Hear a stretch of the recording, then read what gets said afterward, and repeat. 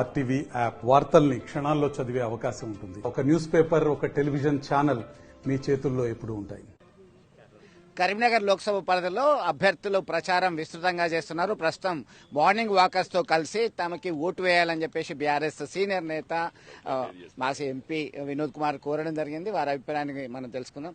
చెప్పండి sir, 48 hours election commission ban చేసింది. Road షోలు ఉండే యాక్చువల్ గా జమ్మికుంట, హైదరాబాద్ ఈ ప్రాంతంలో. మీ స్పందన ఏంటి? ఇప్పుడు ఈసీఐ తీసుకున్న నిర్ణయాన్ని పట్ల మేము వాళ్ళొక డెసిషన్, ఇప్పుడు ఎలక్షన్స్ కాబట్టి నేను క్యాండిడేట్ కాబట్టి I don't want to make any comment, నేను దానిపై నేను స్పందించాను.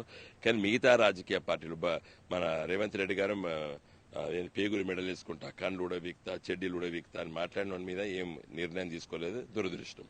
ఇతర పార్టీలు కూడా ఇట్లాంటి కామెంట్ చేస్తున్నారు, వారి మీద కూడా చర్యలు తీసుకోవాలనేటువంటి డిమాండ్ వస్తుంది అనుకోవచ్చు. 100% అండి.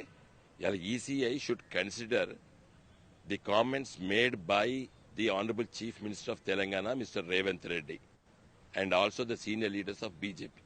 Let me say so. It should take cognizance of the comments made by the other political parties, and they should take a decision as early as possible. And would you like to appeal for the EC? No, I made a comment. They have to take. Okay. No. So overall ga response atla undi. బ్రహ్మాండంగా నేను గెలుస్తున్నానండి. ప్రజలు చాలా గొప్పగా ఉన్నది. అభివృద్ధి కోసం ఓటేస్తారు, విధ్వంసానికి ఓటేయరు. బీజేపీ ఇక్కడ ఉన్నటువంటి స్థానిక పార్లమెంట్ సభ్యులు ఆయన విధ్వంస రాజకీయాలు మాట్లాడుతున్నాడు, అభివృద్ధి గురించి మాట్లాడుతున్నాడు. ఓట్లు వేయకండి అని చెప్పి నేను విజ్ఞప్తి చేసినాను.